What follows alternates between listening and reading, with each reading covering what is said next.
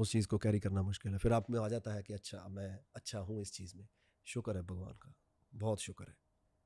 Okay, Rahman sir आए थे show पर, उन्होंने भी बेसिकली यही कहा जो आप कह रहे हो वाह वाह।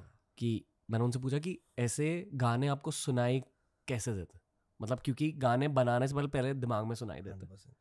तो उन्होंने कहा कि एक बेगर भिखारी टाइप मेंटालिटी होनी चाहिए कि ये मेरी बोल है और बोल खाली है, हाय हाय हाय, तो सच्ची बात उस है। खाली बोल में ऊपर वाला देते वो रहता है। उसी में आएगा भाई, आप नहीं, आप रिसीव कैसे करोगे, ये सच बात है।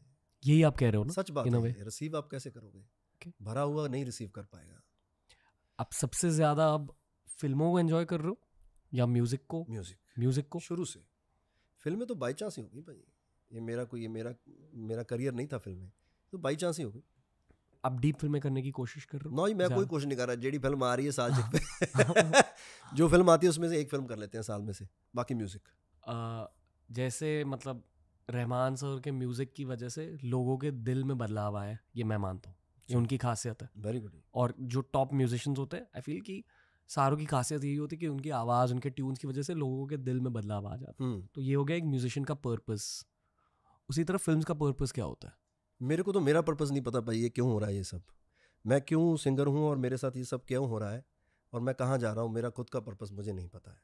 सोचा है इसके बारे में? नहीं जी, मुझे पता चल गया कि इसके बारे में पता नहीं चल सकता। यहाँ तक पहुँचे कैसे? आई डोंट नो ब्रो, मेरे को लगता है ये मे बी अगर शायद 2020 नहीं आता तो शायद मैं नहीं, उतना वैक्यूम नहीं होता मेरी लाइफ में। मैं रोज़ काम कर रहा था, रोज़ फिल्में कर रहा था, गाने कर रहा था, फिल्में कर रहा था, और मुझे बॉलीवुड में हिट होना था। मैं अपने आप को प्रूव करने की कोशिश में लगा हुआ था। जैसे ही 2020 आया ऐसे ही बैठ गया सारा कुछ। ये आप हर इंटरव्यू में कहते हो कि 2020 के बाद आप एक अलग इंसान बने। मैं वो हूँ नहीं भाई। पर हुआ क्या? बहुत कंट्रोवर्शियल है इसलिए नहीं Okay. मतलब कुछ चीज़ें प्राइवेट होनी चाहिए। वो मतलब जो मैं सोचता था बिल्कुल उसके उल्ट हो गया काम। कुछ दिखा आपको?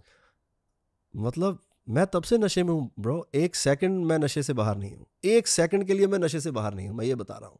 मतलब कितना कोई नशा कर सकता है किसी चीज़ का, भांग का या किसी और। मैंने कभी कोई नशा नहीं किया, मैंने ड्रिंक नहीं किया, स्मोक नहीं किया, मैं कभी कोई नशा नहीं लाइफ में किया। लेकिन ऐसा नशा हुआ है वो एक सेकंड के लिए नहीं भी जा रहा।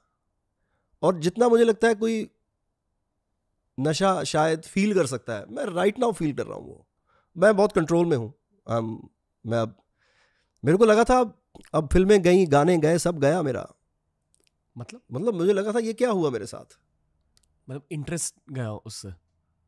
मेरे को ऐसा लगा कि अब गया सारा कुछ, अब भाई तू टेक ओवर हो गया, अब तू कुछ कर नहीं पाएगा, अब जो है यही है।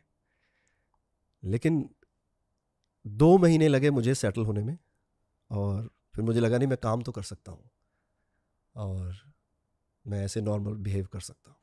मैंने सरप्रीत सिंह पाजी से बात करी थी, तो बहुत कुछ सीखा उनसे, और कुछ कुछ पॉडकास्ट ऐसे होते हैं जो मेरे साथ रह जाता है, फिर मैं सोचता हूँ उनके बारे में। तो उन्होंने कहा कि जब हम 10 सिख गुरुज के बारे में बात कर रहे, एक कॉमनैलिटी थी जो एक जोत थी, यानी कि सारों के अंदर एक एनर्जी ट्रांसफर तो हुआ,